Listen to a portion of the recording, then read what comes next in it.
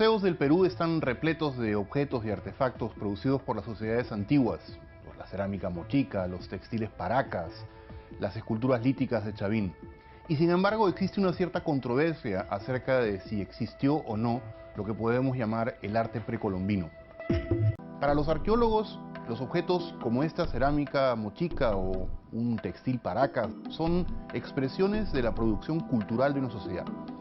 Los objetos tienen valor solamente en tanto y en cuanto existen con un contexto que nos informa de dónde, de cuándo, quién los usó, para qué los usó. Y en general el público piensa en esos objetos como objetos que tienen sobre todo cualidades estéticas. Son objetos hermosos y por esa razón los seleccionamos precisamente para que vayan a las vitrinas de los museos. No solamente aquí, en cualquier museo del mundo, de los grandes museos, vamos a encontrarnos con preciosos objetos precolombinos de todas las sociedades y todas las culturas.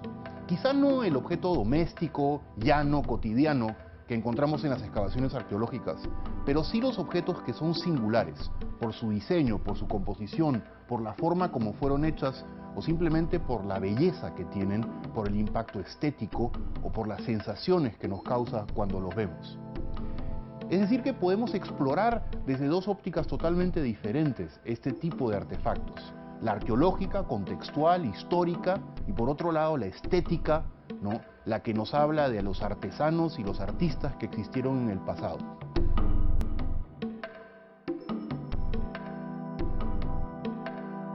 ¿Dónde reside la clave de estas piezas?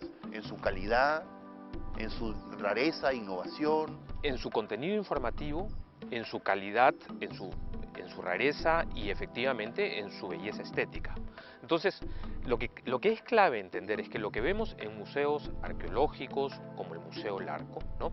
Son piezas que generalmente han sido muy buscadas en el campo de la arqueología. El arqueólogo está a la búsqueda de esta evidencia material llena de contenido, llena de información, para poderse ayudar a entender una manera de entender el mundo o de organizarse social, religiosa o políticamente. ¿Cuáles son los criterios que hacen que un objeto vaya a la vitrina? Si uno recorre las vitrinas del museo de hoy, aún tienen el espíritu del fundador, que tenía esta mirada muy particular del coleccionista arqueólogo, porque tenía estas dos miradas. Por lo tanto, la belleza de una pieza con una altísima calidad estética, pero que además tuviera una gran riqueza de información iconográfica y también tecnológica, ¿no? Porque también responde a diversos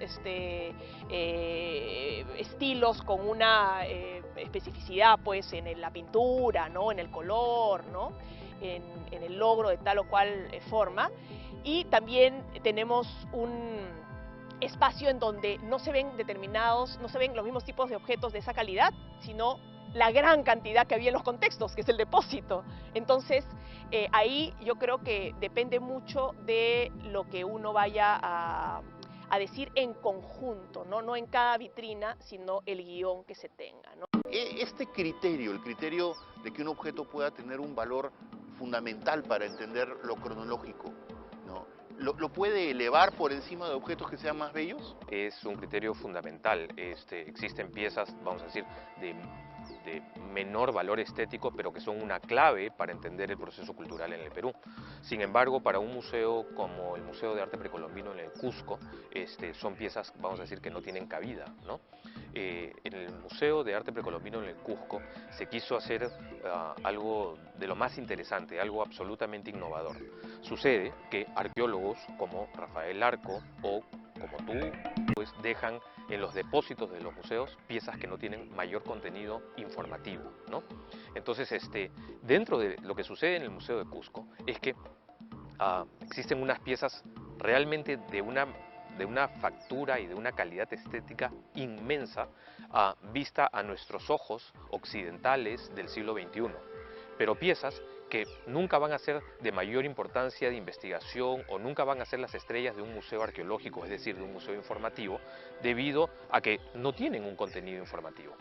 ¿Ha sido fácil poder nutrirse de las expresiones artísticas de las sociedades del pasado? Sí, yo siempre le he explicado como que cuando cuando mi generación comenzó, que salió a la luz inmediatamente en la posguerra, la segunda posguerra, nosotros estábamos ansiosos por ver arte, porque no había. Y entonces el único arte original que había era el arte precolombino. Y entonces con Javier Sologuren, el poeta, con Jorge Higginson, poeta también, íbamos al Museo de Arqueología de Magdalena en busca de originales artísticos, porque solo teníamos reproducciones, en cambio, ¿no es cierto? Y entonces ahí nació mi interés por el arte precolombino, y seguramente está en el fondo, en lo más profundo de lo que yo he iniciado a pintar. Hay restos de arte precolombino. Ahora, el problema siempre, ese problema que Rilke decía, ¿no es cierto? Para hacer un poema hay que haber vivido, ver morir, haber visto nacer, amar, odiar, tener emociones violentas, emociones felices, y después olvidarlo, para que eso se vuelva sangre y salga convertido en una experiencia propia, ¿no es cierto? Entonces, para usted el arte precolombino fue eso. Eso, exactamente, ¿no es cierto? Tratar de convertir eso en una experiencia propia, igual como ver un Rembrandt, igual que eso estuviera, y que al mismo tiempo, un momento dado, yo pudiera dibujar y sin quererlo, estar nutrido de cosas peruanas precolombinas.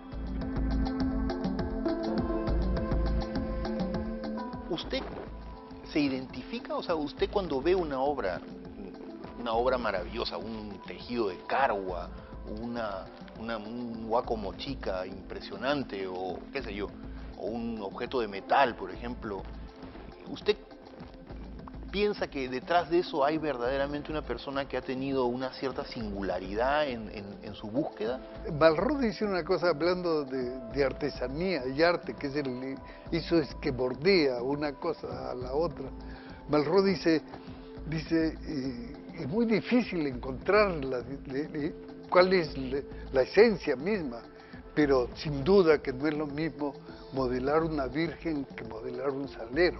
O sea, entre los aleros de Benvenuto Cellini y la Virgen de Miguel Ángel hay un abismo de sensación, de profundidad, de intención. Yo creo que a los arqueólogos en el Perú, la arqueología peruana, siempre ha padecido de que los arqueólogos se interesaban poco en arte. Y la explicación quizás la dio alguien que decía que en Grecia, en el mundo mediterráneo, se descubrió el arte, y después se trató de encontrar la historia, la arqueología del asunto, ¿no es cierto? En cambio aquí se partió de la arqueología y de repente se encontraron con que había arte también, ¿no? El proceso ha sido un poco distinto. Claro, los arqueólogos tenemos mucho problema para decir esto es mejor que lo otro. Todo lo vemos como una expresión cultural y como una expresión a la larga de la creación de las sociedades. Pero ciertamente hay cosas que son excepcionales. ¿Qué valor hace que algo sea excepcional? Bueno, yo creo que que comunica, que es una forma habitada, que es una forma que nos habla, eso que Jung dice, ¿no es cierto? Hay una cosa que el inconsciente de la persona que lo hizo se expresó en una forma, la persona que lo hizo sacó de su inconsciente cosas que tocan el inconsciente colectivo.